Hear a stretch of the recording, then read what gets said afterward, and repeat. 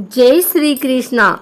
आइए सुनते हैं भाद्रपद मास के 16वें दिन श्री कृष्ण लीला का 16वां अध्याय।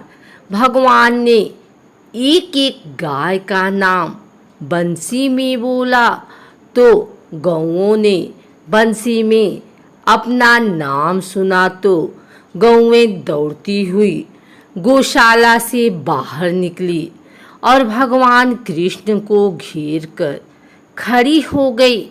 कोई गाय भगवान का हस्तकमल चाट रही है, कोई गाय भगवान का चरण कमल चाट रही है, कोई भगवान के कपोल चाट रही है। जब नंद बाबा ने देखा कि कितने प्रेम से गौएं भगवान का दर्शन कर रही हैं, तब नंद बाबा बोले कि यशोदा, इतना प्रेम गौ अगर कान्हा से करे तो कान्हा भी आज ही गौचारण के लिए जाएंगे। इतना प्रेम करती है गोपाल से। वह दिन था कार्तिक शुक्ल पक्ष। भगवान का सुंदर श्रृंगार किया। आगे गौ है, पीछे पीछे कृष्ण बलराम और सभी ग्वाल बाल हैं। बड़ी सुंदर भगवान ने लीला की है। बोलिए कृष्ण कन्हैया लाल की जय। बोलिए कृष्ण गोपाल जी की जय। आइए सुनते हैं श्री कृष्ण द्वारा धेनुकासुर का वध। गौचारण के समय धेनुकासुर आया। भगवान ने उसे भी मारा। बलराम तथा कृष्ण के साथ ब्रज के बच्चे ताड़ के फल खाने ताड़ के वन में गए। बलराम ने पेड़ों से फल गिराए। इससे पूर्व की बालक उन फलों को खाते धेनुका नामक असुर ने गधे के रूप में उन पर आक्रमण किया। 2 बार दुलत्तियाँ सहने के बाद बलराम ने उसे उठाकर पेड़ पर पटक दिया। पेड़ भी टूट गए तथा वह भी मर गया। उसकी इस गति को देखकर उसके भाई बंधु अनेकों गधे वहां पहुँचे। बलराम तथा कृष्ण ने सभी को मार डाला। बोलिए कृष्ण बलराम दोनों भैया की जय। एक दिन यमुना के तट पर गए और गैया भी बेहोश हो गई और ग्वाल बाल भी मूर्छित हो गए, क्योंकि यमुना का जल दुसैला हो गया था। उस यमुना में काली नाग रहता था। भगवान ने कहा कि मैं इस काली को नाथूंगा और यमुना जी को बचाऊंगा। एक दिन बलराम जी का जन्मदिन था और अकेले ग्वाल बालों के साथ भगवान कृष्ण ही गौ चराने आए हैं। श्री दामा गेंद के साथ खेलने लगे। जब खेल रहे थे तो कृष्ण जी ने जानबूझकर यमुना में गेंद फेंक दी है।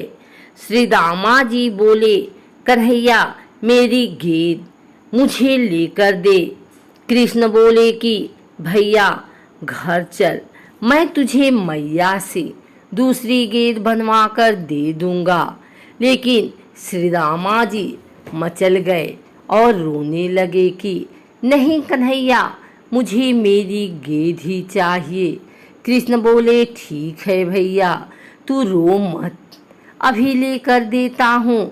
भगवान श्री कृष्ण जी कदम के पेड़ पर चढ़ गए और यमुना में कूदने लगे तो सभी ग्वाल बाल हल्ला करने लगे कि तू मत कूद कन्हैया, इसमें बहुत बड़ा काली नाग रहता है। लेकिन भगवान ने छलांग लगा दी और सीधे पहुंच गए जहां काली निवास करता है। उस समय काली नाग सो रहा है और नागिन जाग रही है। जब उन्होंने भगवान को देखा तो मंत्रमुग्ध हो गए और नागिन कहती है। कृष्ण और नागिन संवाद। यह संवाद पूज्य गुरुदेव श्री गोस्वामी जी का है। भगवान कहते हैं, नागिन में पूर्व दिशा से आया हूँ। कृष्ण मेरा नाम है, माँ यशोदा और पिता नंद जी हैं। नागिन बोली कि आप यमुना में क्यों कूदे? क्या बालक तू डर गए या भूल गए? कहकर घर ना दिसैया, या तेरे मन में क्रोध उपज्यो, ना बारे बैरिन भर बाइयाँ। क्या आप रास्ता भूल गए हैं? क्या किसी बैरी ने तुम्हारे कान भर दिए हैं और तुम्हें गुस्सा आ गया है? अपनी पत्नी से लड़ाई करके यमुना कूदे हैं। भगवान कहते हैं, ना नागिन मैं डरा हूँ, ना रास्ता भूला हूँ, ना ही डगर, और ना मेरी अपनी पत्नी से घर में लड़ाई हुई है और मुझे गुस्सा भी नहीं है, और किसी बेरी ने मेरे कान भी नहीं भरे। नागिन कहती है, फिर बालक तुम यमुना में क्यों कूदे? ले बालक, गलहार माला 1.25 लाख की बोरियां, इतने ले घर जाओ रे बालक, नाक से दूं मैं चोरियां। नागिन कहती है, हम चोरी से अपने नाक से छिपकर आपको गलहार माला और 1.25 लाख की बोरियां देती हैं, आप अपने घर ले जाओ। भगवान बोले कि हमें चोरी का माल नहीं चाहिए, ना चाहिए गलाहार माला 1.25 लाख की बोरियां। मात यशोदा दही बिलोवे, तेरे नाक की करूं मैं डोरियां। भगवान बोले कि नागिन मुझे चोरी की चीज नहीं चाहिए, मालूम है कि मैं यहाँ क्यों आया हूँ। देख, मेरी माँ यशोदा जब दधी मथन करेगी तो मेरी माँ की डोरी की आवश्यकता पड़ेगी, तो तेरे नाक की मैं डोरी बनाऊंगा। जब मेरी प्यारी राधा रानी झूला झूलेगी तो मुझे रस्सी की आवश्यकता होगी, तो तेरे नाक की मैं डोरी बनाऊंगा।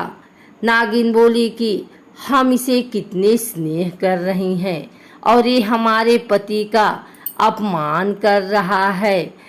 हम इससे कितना स्नेह दे रही हैं, लेकिन ये मान नहीं रहा है। और क्रोध आ गया और अपने पति को जगाने लगी।